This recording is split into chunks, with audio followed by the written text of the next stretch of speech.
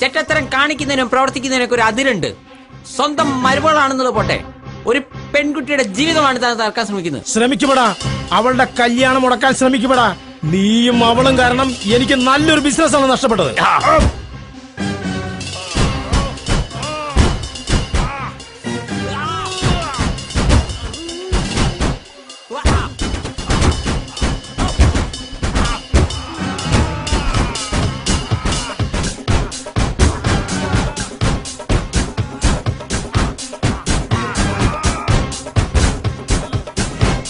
ഒരു കിണർ കുഴിക്കുമ്പോൾ ആദ്യമായി പുറത്തേക്ക് വരുന്നത് വെള്ളമല്ല, മറിച്ച് കല്ലുകളും മണ്ണിൻ കട്ടകളുമാണ്. ചിലയിടത്ത് 30 അടിയിൽ വെള്ളം കിട്ടും, ചിലയിടത്ത് 60 അടി. തീർച്ചയായും എല്ലാ മണ്ണിനിടയിലും വെള്ളമുണ്ട്. You are correct. ഞാനൊരു രാഷ്ട്രീയക്കാരനാണ്, നമുക്ക് വീണ്ടും കാണാം. രാഷ്ട്രീയം നല്ലതാണ്, പക്ഷെ നിന്നെപ്പോലുള്ള ചെറ്റകൾ അതിനെ മലിനമാക്കി. ചന്ദനം തരിഞ്ഞു വെക്കുന്ന കഴുതയ്ക്ക് അതിന്റെ കനമേ അറിയൂ, ആ ചന്ദനത്തിന്റെ സുഗന്ധം അറിയില്ല. അതുകൊണ്ട് വീണ്ടും കാണാമെന്നല്ല, വീണ്ടും കണ്ടിരിക്കുന്നു പറ.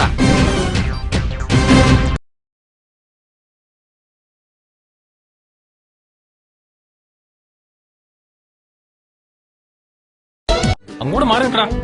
അയ്യോ സാർ, ഞാൻ അത്യാവശ്യമായി തിയേറ്റർ വരെ ഒന്ന് പോവുകയാണ്. ആരാടാ ഇത്ര സീരിയസ് ആയി ഓപ്പറേഷൻ തിയേറ്ററിൽ കിടക്കുന്നത്? ഓപ്പറേഷൻ തിയേറ്റർ അല്ല സാർ, സിനിമാ തിയേറ്റർ. അത്യാവശ്യമായി ഹോസ്പിറ്റലിൽ പോകുന്നു, അത്യാവശ്യമായി വീട്ടിൽ പോകുന്നു, അത്യാവശ്യമായി കക്കൂസിൽ പോകുന്നു ഒക്കെ കേട്ടിട്ടുണ്ട്. ഇതാദ്യമായി ഒരുത്തൻ തിയേറ്ററിൽ പോകുന്നു എന്ന് പറയുന്നത്. എന്താണ് നിന്റെ പേര്? ജോൺ. എന്ത് ഫോണോ? ഫോണല്ല സാർ, ജോൺ. എന്താണ് നിന്റെ മുഖത്തൊരു കള്ളലക്ഷണം? അതെനിക്ക് പാരമ്പര്യമായി കിട്ടിയതാണ് സാർ.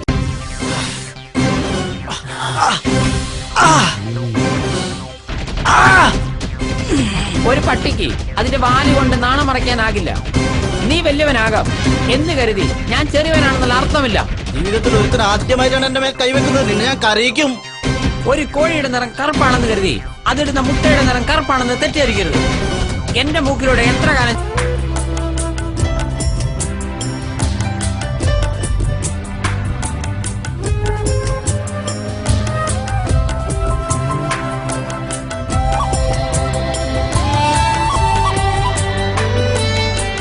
പാല് കുടിക്കാമെങ്കിൽ അതിന്റെ മാംസം കഴിക്കുന്നതിൽ എന്താണ് തെറ്റ്? അങ്ങനെയെങ്കിൽ ചെറുപ്പത്തിൽ അമ്മയുടെ മുലപ്പാല് കഴിക്കുന്നു എന്ന് കരുതി അമ്മ മരിച്ചതിന് ശേഷം അമ്മയുടെ ശവം ആരെങ്കിലും തിന്നോ? ഞങ്ങൾ പശുവിനെ അമ്മയായിട്ടാ കണക്കാക്കുന്നത്.